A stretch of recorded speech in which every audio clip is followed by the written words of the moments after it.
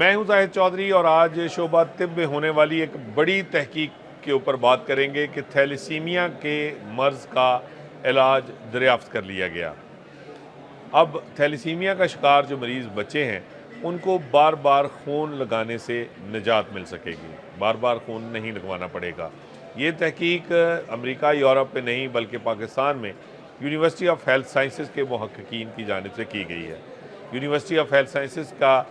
जो शोबा human genetics and molecular biology है उसके डॉक्टर महमूद सबा की सरबराही में ये रिसर्चर्स ने ये रिसर्च जो है उसका आगाज़ किया थैलेसीमिया के ऊपर। और इस वक्त जो अब तक की जो पेशरफ्त यूनिवर्सिटी ऑफ हेल्थ साइंसेज ने शेयर की है इसमें एक बड़ी कामयाबी जो है वो सामने आई है।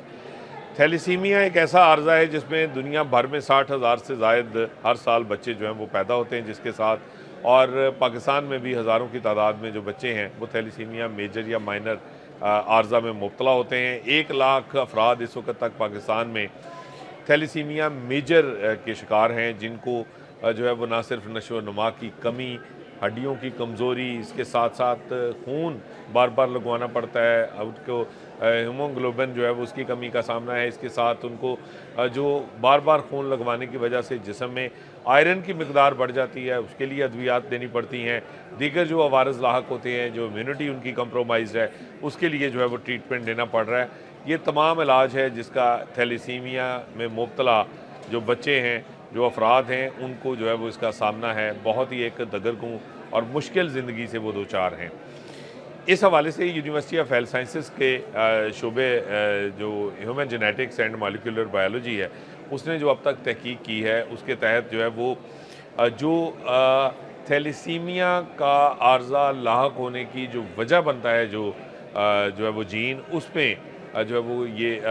डीएनए में जो है वो दुरुस्त तब्दीली करके उसमें ये तहकीक जो है वो कामयाब हुई है कि अगर फीटल हीमोग्लोबिन जो है वो उसको जो है वो दोबारा रीएक्टिव कर दिया जाए बॉडी के अंदर, तो उस सूरत में फिर खून लगवाने की ज़रूरत पेश नहीं आएगी और एक बेहतर ज़िंदगी जो है वो थैलेसीमिया का शिकार अफराद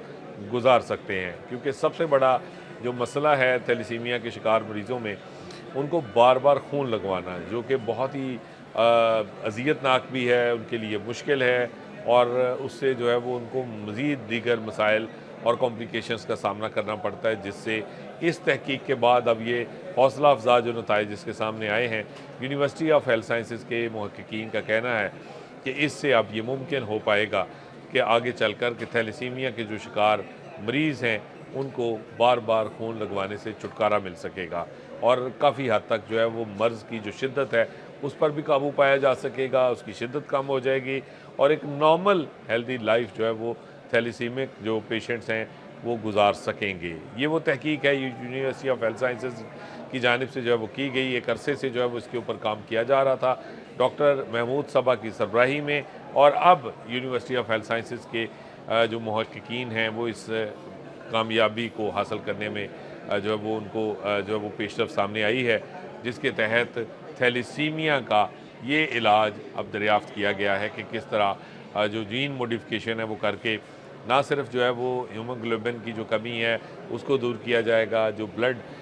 जिस्म के अंदर बनना चाहिए और वो रुक जाता है वो सिलसिला थैलेसीमिया की वजह से, उसको दोबारा फाल किया जा सकेगा और इसके ज़रिए जो थैलेसीमिया के आर्जा के साथ पैदा होने वाले बच्चे हैं वो एक नॉर्मल लाइफ जो है वो गुजार सकेंगे। इससे पहले जो इसके इलाज थे उसमें जो है वो बोन मैरो ट्रांसप्लांट भी जो है वो किया जाता था, लेकिन उसके भी नताइज जो है वो हतमी तौर पर बेहतर नहीं आ रहे थे।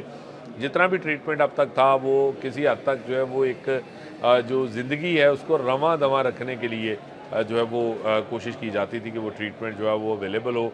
और उसी की हद तक जो है वो अब तक ये इलाज जो है वो थैलेसीमिया का वो मौजूद था। अब इस तहकीक के बाद ये उम्मीद बहुत वाज़ेह हो गई है और जो साइंटिस्ट हैं यूनिवर्सिटी ऑफ हेल्थ साइंसेज़ के वो बहुत ज़्यादा पुरुमीद हैं कि अब इसमें जो पेशरफ्त हुई है, इसके जो हौसला अफजा नताइज सामने आए हैं, इस इलाज को जो है वो अब मुमकिन बनाया जा सकेगा और बार बार खून जो है वो लगवाने से मरीज़ों को छुटकारा मिल सकेगा और वो एक नॉर्मल लाइफ गुजार सकेंगे। एक बड़ी उम्मीद जो थैलेसीमिया का शिकार अफराद के लिए अब